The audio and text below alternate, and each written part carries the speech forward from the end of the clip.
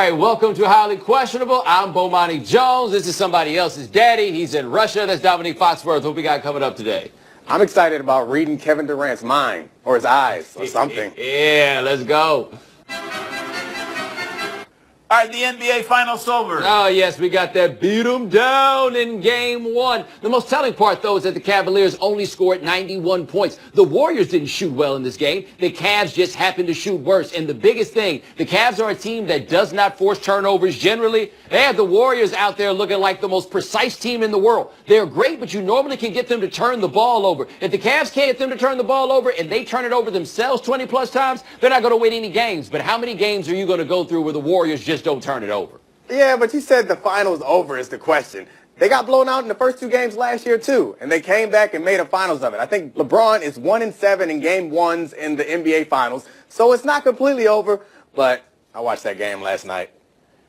They look over. Yeah, I mean, it doesn't feel close. Like, one thing that's worth pointing out here is that basically 2 guys for the Cavs played well, 2 maybe third, depending on how you feel about Kyrie. 2 guys played well for the Warriors. That wasn't close to the best basketball we're going to get from either team, so I don't know how much we take from this game going forward. Are you kidding me? This series is not over yet. Far from over. I want to see the same thing 3 more times, you know. I want to see it 1,000 times. I enjoyed that game last night immensely, especially when LeBron fell down. But I enjoyed that immensely. And KD came in and dunked it. That's it. That was the highlight of that game for me. If the Cavs get swept, he'll be the only guy rooting for a 7-game series because he'll want 3 more. Do you believe, KD, that he doesn't remember staring down Rihanna after hitting a 3? Oh, yeah, this happened. Kevin Durant had a great game. Looked like everything you could hope for him to be on any basketball team, let alone the one that seems to be the best in the NBA. But we're not going to talk about any of that. Forget the legacy talk. All right, here we go. We're going to point out Rihanna and not Rihanna because it's not Rihanna who is saying brick. People thought it was, Rihanna. In the regular season, just show you how a lot of questions. That's how you get that mixed up. But whatever. There's Kevin Durant looking over there because that section is booing. There she is bowing to LeBron James because no one's a bigger fan of LeBron than Rihanna. Yeah, we're kind of, who cares if Kevin Durant remembers it or not? Hold on. No, we don't care if Kevin Durant remembers staring at Rihanna or not. We try to figure out why he's lying about it if he didn't remember it. Because my memory doesn't work in such a way where I forget about those sorts of things. I don't play in the NBA. Celebrities aren't always at the job for me. But I feel like I'd remember staring at Rihanna. Because you know how bad I'd love to just sit there and stare at Rihanna. Again, we're bearing the lead. Who cares? Rihanna bowed to LeBron James and said the king is still the king. You talking about things that you want? You want to stare at Rihanna, or you want Rihanna to say, you are the king and you always will be the king? The answer is yes. I don't understand why you can't simply enjoy this. Here's Kevin Durant and Steph Curry talk about it after the game. Toward the end of the game, you shot a 3, kind of putting the dagger into him, and you looked toward the crowd toward Rihanna. Was that on purpose, or do you remember that? Or I don't even remember that. Well, just to let you know, social media is buzzing about it. Really? Yes. Don't get in that trap. Yeah, bro. I don't get in that. I'm cool. Have fun with that. And we will, damn it, whether Dominique Foxworth wants us to or not. And why will we have fun? Because stuff like this happens. Rihanna walking through the tunnel, unbowed after the Cavs got smoked. Let him know. Woo! King is still king. Don't matter. He lost. Yeah. That's what I'm talking about. I don't care. I don't want to be Kevin Durant. I don't care if we lose the finals, whatever. I want to be LeBron James. And it's fine. He forgot her. She's not that memorable.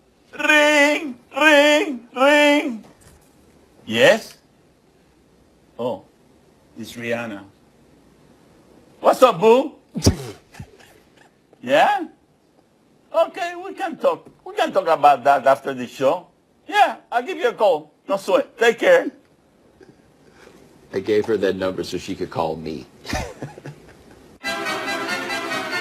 Would Adam Silver be smart to do away with one and done? All right, before the NBA Finals every year, Commissioner Dungy has a press conference where people ask him all kinds of questions about the league, state of things, and the one and done rule came up, and he's basically saying this isn't working for anybody. He says it's not working for the colleges, it's not working for the NBA, and he gave hints to indicate that he might be okay with making the age limit higher or doing away with it altogether. The only thing was where he says that nobody has won from this one and done rule. Are you sure about that? Because the colleges are getting players that weren't coming there anymore. The NBA lets them sit in that incubator for a little while and get better. It may not be optimal, but the bottom line is you got a bunch of dudes who are good enough to play in the NBA and NBA teams that can't help themselves but from giving them contracts. So what are you going to do to make it quote-unquote better? Well, it's not working the way that it is. I don't think that the players are actually getting better. They're going and they're taking a year off. They're getting older, but they all are preparing for the NBA. It's a broken system. I think even Adam agrees with that. Going the way of justice and going younger would be the way to go rather than going older. And they have the G League now, the Gatorade League, which used to be the D League, to develop players in a way that they think is appropriate because they're not leaving college any better off than they were when they were 18. But one thing that has happened that I do think is interesting is that the players get younger when they come in the league. The power of the draft to redistribute talent is totally flipped up. You're not getting grown men anymore who come in and can instantly impact the NBA. How many guys have there been like that in the last 10 years that walked in the door and changed something? It's because the players are younger. They're not as physically mature. But I don't know how you're going to fix that at this point. Horse done left the barn, buddy.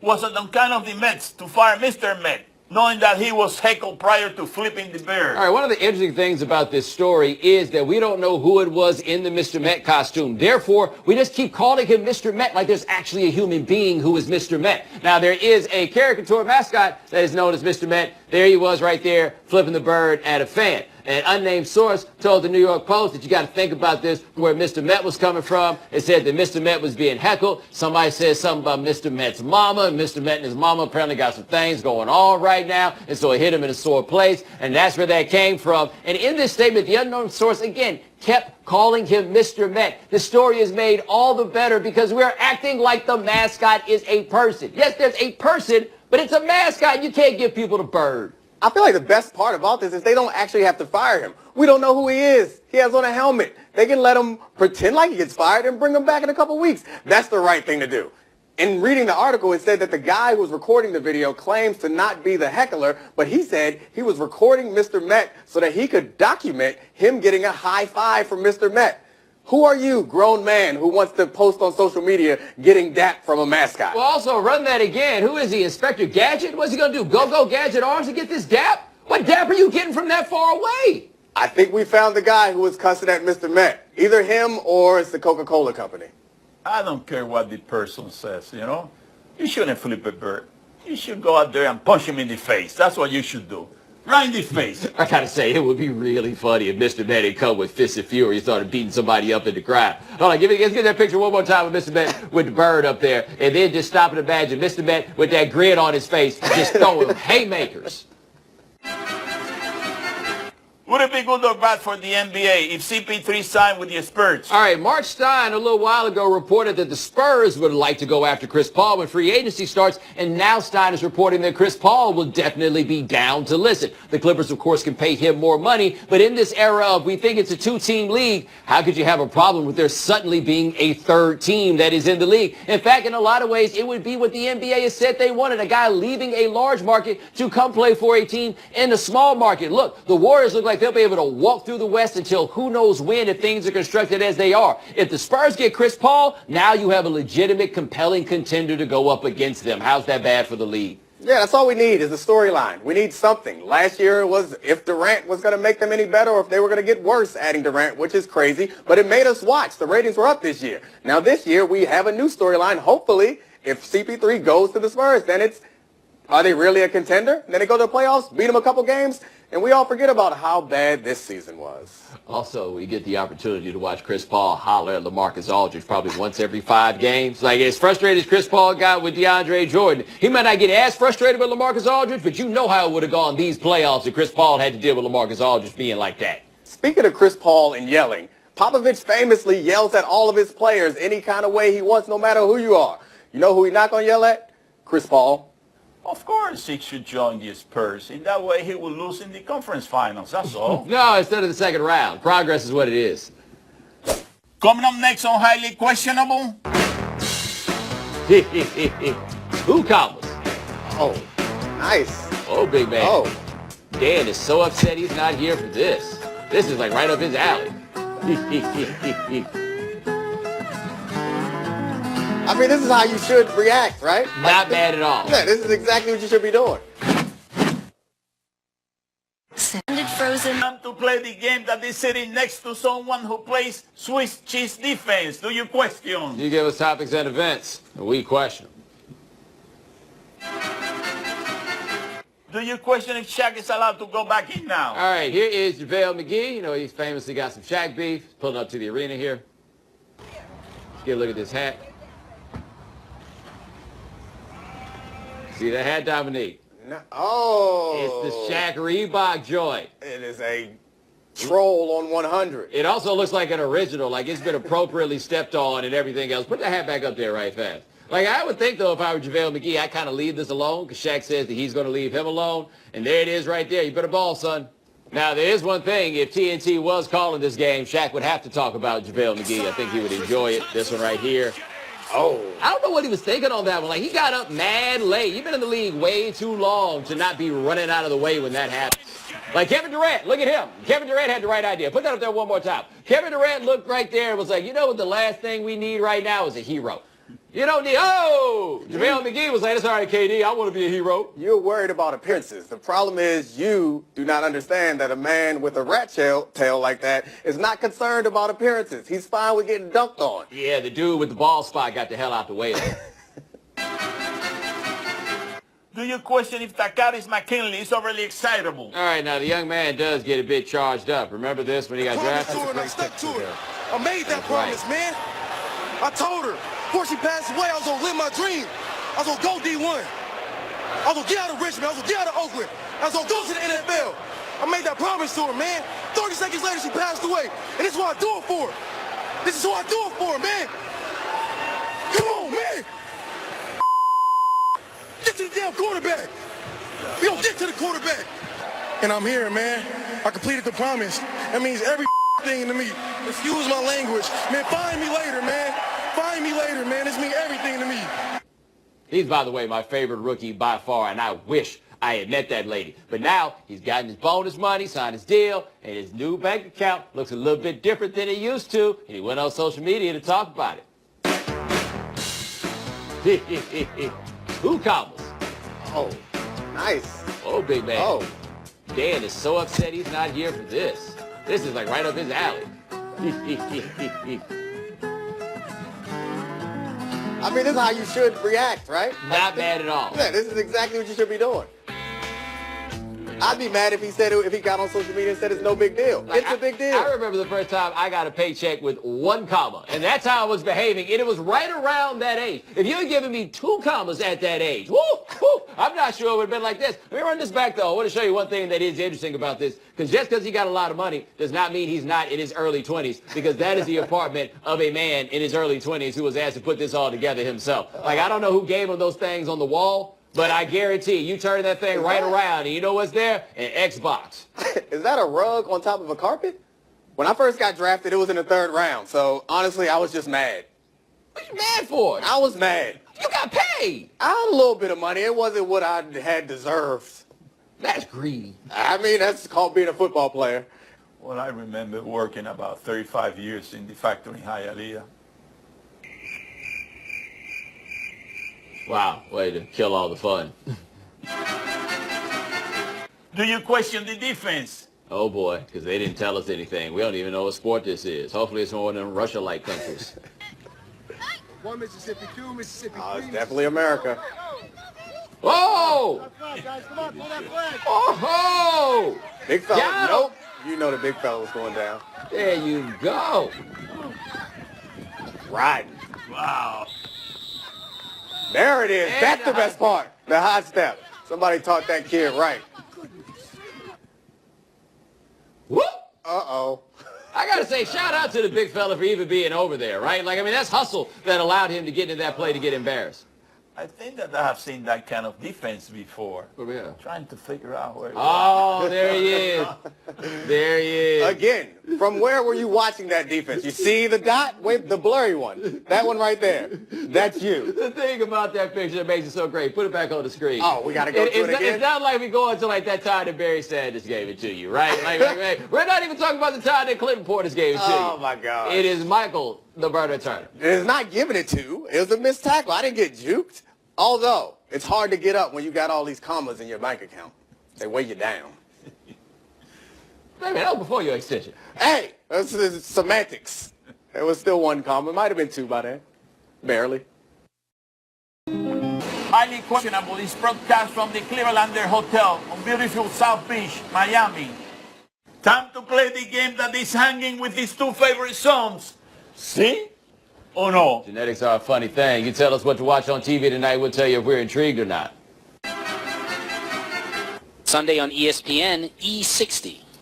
Surprised 60 Minutes has never hassled us about this show. Anyway, Draymond Green got a feature on him, and this relives one of the great moments in trash talk history. In the opening minute, Green fouls the Clippers' Blake Griffin and starts hearing chatter from LA's Paul Pierce on the bench. I'm not even preparing to say a word to Paul Pierce. And then he started talking from the gate. BG, he can't guard you. He can't guard you, BG. He too little. And so now I'm over there hype. And for Green, hype has a tone, and the tone is trash talk. Chasing that farewell tour, they don't love you like that. You can't get no farewell tour, they don't love you like that. You ain't got that type of love. You thought you was Kobe? You're not Kobe. Why are you talking? The one thing about trash talk is it just happens. Boom, you say something, boom, it's right there. I think it was amazing. It also shut him right up. If you're going to come at him and start something with him, you better be able to take it because he's going to come right back at you. Trash talk is hard. I love talking trash. That's how I grew up in Saginaw. You thought you was Kobe. We'll never stop being funny. Dominique, are you intrigued? Oh, I'm definitely intrigued. But isn't Paul Pierce on our coverage at halftime? And we're reminding people of all of this? Yeah, that package was put together before that contract was signed, and then everybody just had to live with it. Poppy, are you intrigued? Oh, see, I'm very intrigued. But listen, you didn't have to talk trash. You could have shown him this video. Oh, yes, Paul Pierce. There he is on defense. Okay. I'm telling you, when Paul Pierce finds out that this show exists, he's going to have his agent call and shut this down. Paul Pierce is a sensitive guy, too. We learned from their little halftime thing with Kevin Garnett. But we know what to say back. You thought you was Kobe? Oh. On the Tennis Channel, the French Open. Nah, not really. I could pretend, but what's the point? Here's Nick Kyrgios. Grand Slam ain't a Grand Slam unless he starts to behave clownishly. He's 18th ranked player. He's in the process of losing to someone unranked. Yep, there we go. And derisive applause from the French. Underrated part of this whole video. Yeah, good for you there, buddy. And then at the end, there's the level of frustration at the end, like, now it's broken. What am I supposed to do? Dominique, are you intrigued? I'll say no, mainly because he lost. He's the only intriguing thing about this. Him beefing with rappers and acting a fool. And Serena's not playing, so there's no reason to watch. Poppy, are you intrigued? Oh, see, I'm very intrigued. But listen, he's from Australia. I got a message for him. I got to give him a message in my Australian accent. Mate, listen, mate, I got to tell you something, mate. I'll tell you something. You got to control yourself. You got to throw a couple of shrimps on the water. You can't do that. It's an image for everybody that lives in Australia. Serious, mate. You got to control yourself. Apparently he thinks in Australia they don't breathe when they talk. Can we get Kyrgios doing a Cuban accent? On WeTV, Marriage Boot Camp Reality Stars Edition. Okay, so generally I'd say no, but I'm going to hedge for just a moment because this is Chad Ocho's step. Change Chad Johnson now. It's Chad Johnson's mama talking to somebody off of Teen Mom. Her name is Farrah. If you was my daughter, I would knock your teeth out one by one. And every time you open your mouth to disrespect me, I kind of believe it, too. I do too. Anytime you open, I'll take them out one by one. Good. I hope my mouth problem drives you crazy. I'm sorry. What was that? I didn't think so. You can't get these. You can't get this $50,000 smile out. I'm just sick and tired of fighting. She's immature, and it's just a waste of everyone's energy now. On another note, how was the pumpkin pie? Pumpkin pie, not sweet potato. They're serving pumpkin? Really? That's where I turn it around. Gotta make you intrigued. I actually know who Farrah is. I'm embarrassed to say I'm still not intrigued, and I am really intrigued anytime someone uses the word mouth. Poppy, are you intrigued? Oh, see, I'm very intrigued. Listen, was that the situation? Boy, that guy really went down to hell. Whoa, I forgot. Boy, I'm telling you, he went downhill. Like, I don't know if I could have recognized him before, but that's him. Wow. He looked like he got 2 mouths full of pumpkin pie? Snuff. That's all the time we have for today. Thank you for watching. Enjoy your weekend. Talk to you soon. See you on Lunes, but I won't be here to see you, sadly. We miss you, Dan. I'm only kidding. I was going to ask who this we was. He just left. Maybe I'll miss him on Thursday.